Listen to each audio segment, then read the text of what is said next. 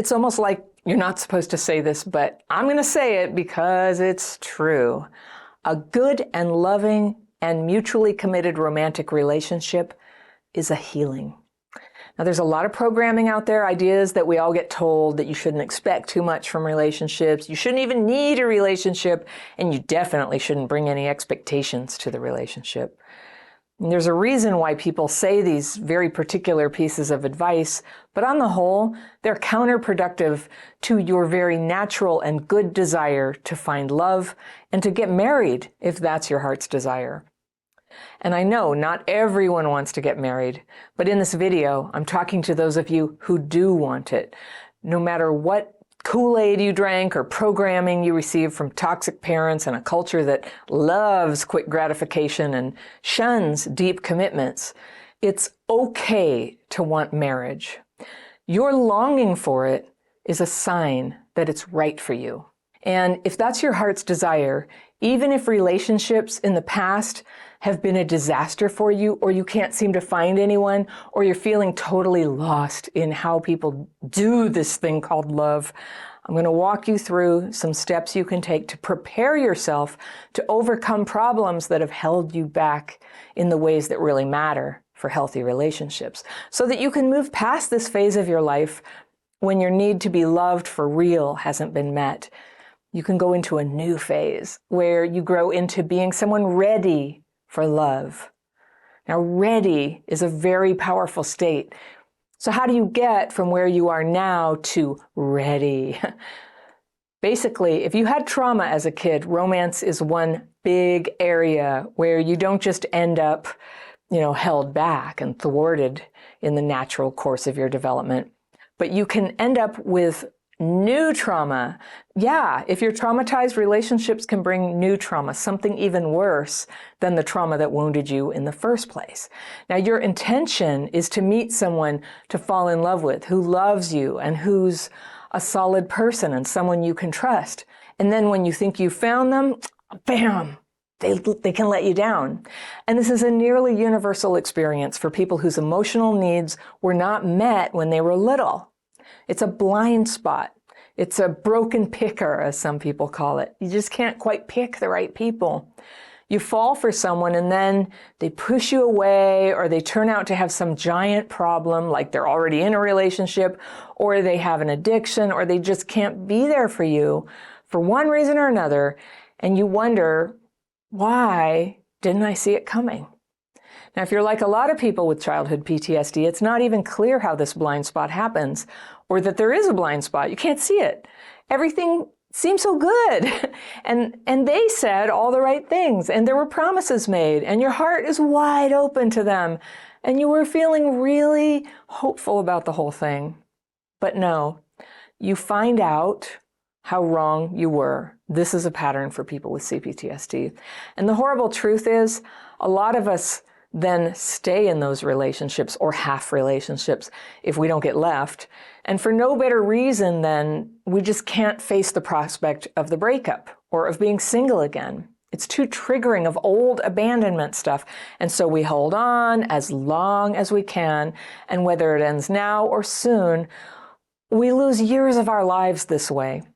So if this is familiar to you and you're drained and you're confused, I want to tell you why this experience, this moment where you've just lost what you thought was a good relationship, is an incredible opportunity to heal.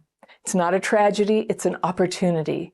When you get pushed out of a relationship with the wrong person, which you know they are because it didn't work, whether you know it or not, you've just taken a big step closer to the right person, because now your path is clear.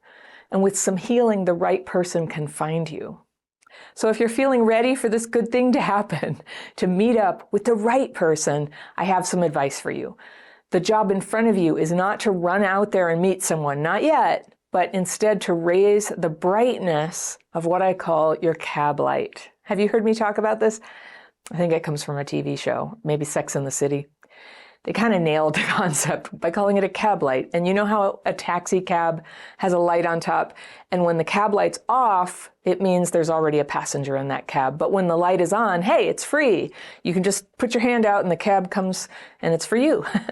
Well, this is a metaphor that refers to the vibe of someone who is ready and open to meet a really great new person, a cab light.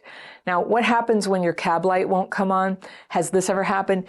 You feel ready to meet someone, you're thinking about it all the time and maybe reaching out to people and putting in a lot of effort, but it's like no one can see you.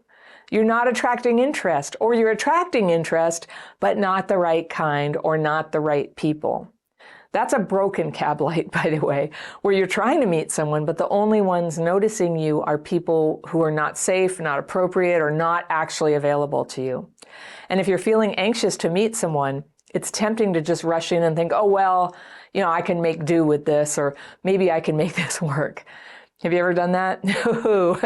Where you bond with that person and then you realize who they actually are, and then you spend the next 2 years trying to retrofit them into the person you hoped that they were the first time you met them. And you know how that ends. It's exhausting, it's demoralizing, it breaks your heart. Now, if you've done it more than once, it's really important to heal this part of yourself that takes unworkable people on as projects. Because unfortunately, you could spend your whole life suffering over it when instead you could be loved. So when your cab light's working properly and it comes on, good people show up in your life. People who are appropriate, interesting, totally thrilled to be with you. And as you get to know them, you can find out if there's truly a match there. But the pool you're drawing from is a better pool. It's a pool of people who see your light, not a cesspool where people will just knock into you. Okay, I don't know, calling it a cesspool is kind of gross and harsh. But if you can't see red flags, there is a world of pain that gets into your life via your romantic hopes and your sexual desires. Your heart is a portal, and you must not abandon yourself at this crucial point where bad things can get into your life. Because if you're wise and awake in the way that you date, you can reserve opening your heart until the person before you is right and worthy. Ta-da! So, how do you make this shift to care for your heart in this way so that it's safe to let your cab light shine bright? The first thing is getting honest with yourself about what is standing in the way.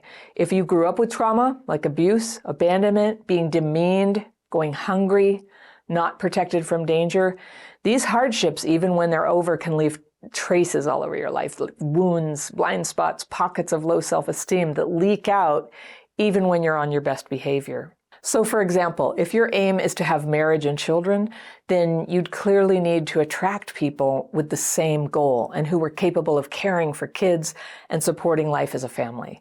And if you want to have a marriage, then you'd only want to attract a partner who could do that, who's free to marry you, as in not already married and able and willing to make a lifetime commitment to you if things go well. So the question is, if you're not attracting those things, if you're getting entangled with the wrong kinds of people who can never be what you want, or you're not even trying, what are you communicating about yourself that's leaving these needs of yours just dangling out there unmet, unseen? If you're not attracting what you want, your cab light's not working. And if you're attracting incompatible people and then letting them into your heart and getting attached to them, this is going to be hard to hear. But this could be how you sabotage yourself into never having marriage and children. You need to be the visionary and the guardian who knows what you want and makes sure the wrong kind don't get in and block you from finding the right and compatible kind of person. You have to know what you want, and you have to be true to what you want. You can think of a working cab light as a set of signs that you give off that someone who is not compatible with you should stay away. If your cab light is working, you will not be attractive to people who don't share your vision. Did you used to hide that what you wanted was to get married? Well, there it is. You were sending the wrong signals. And people who didn't want marriage responded. They thought that you were a good fit for them. So that has to change. You want to become the person who gives off signals that appeal to healthy people who do want the same things you want. Healthy people look for the signs of what they want, and they stay away from people who communicate something different than that. Healthy people are looking for people who want the same thing and who show signs of being solid, healthy people themselves. The people who don't really care what signals you're sending are the messed up people, people who aren't healed yet, or the people who are actually looking not for love, but for a quick fix relationship, right? For them, the stakes are very low. They don't care. So if you're not clear who you are and what you're seeking, then your cab light can't communicate it for you. So in that case, you're going to get whoever you get, or nothing at all. But I do know you're not going to get what you want. So this is how we end up in empty and miserable relationships, or alone, or blaming the other person. But really the problem began because we were carrying around enough trauma that we just couldn't shine a light that would attract the kind of person we wanted from our heart. So the good news is you have the potential to change this, and it starts in here, healing the hurts that dim your light. And you do this both through brain healing and through a loving and honest self-assessment around where you might be putting up a barrier between where you are and what you want. Now, what kind of barriers am I talking about? Well, maybe you're not taking care of yourself, or you're letting TV and spacing out take up all your free time, or you're being way over busy. Being busy is not a status symbol, even though people pretend it is. When it goes too far, it's a fancy, socially acceptable way of isolating. Now, if this is your tendency, I urge you to fight it and to fight the 100 ways that your light gets turned off right when you need it. So what are some things that hide your light? Well, number one, being already in a relationship that's not healthy or happy for you. Bad relationships wreck your sparkle, right? They squash your confidence. And when you know it's bad, just get out fast. Maybe you're not in an actual relationship.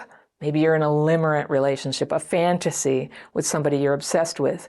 Maybe you spend a lot of time thinking about them, or thinking about someone you lost or someone you can't have.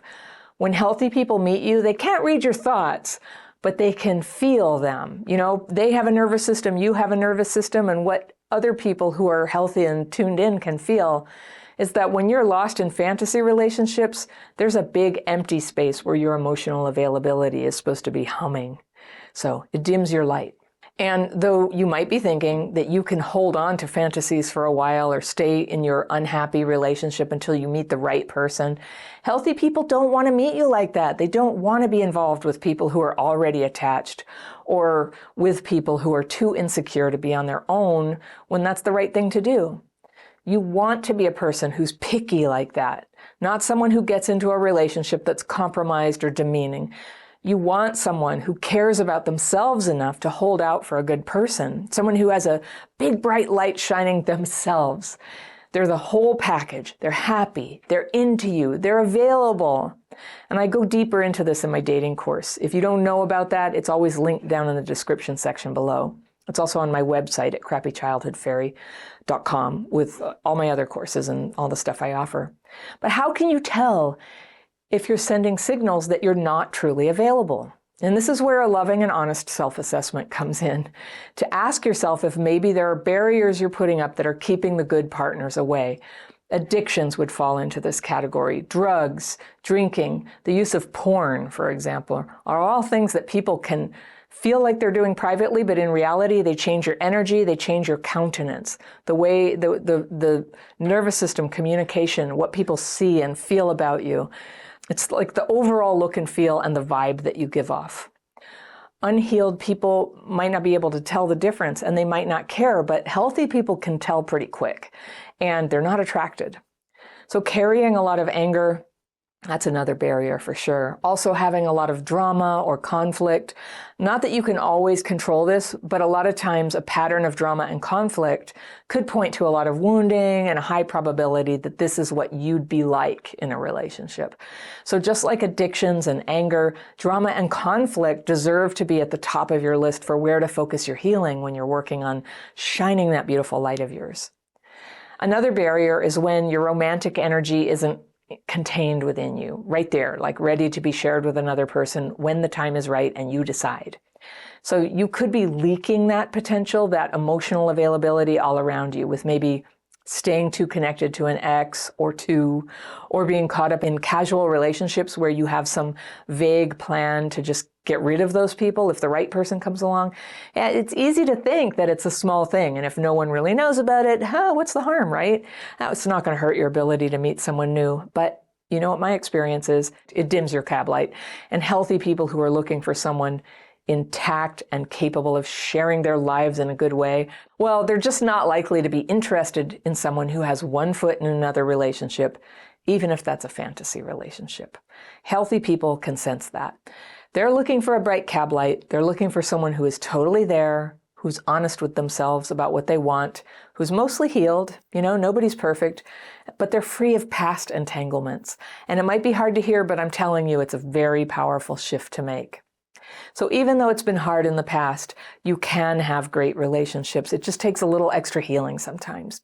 And if you think past trauma has affected your readiness for a great relationship or marriage, I've got a quiz that you can take right here, and I will see you very soon.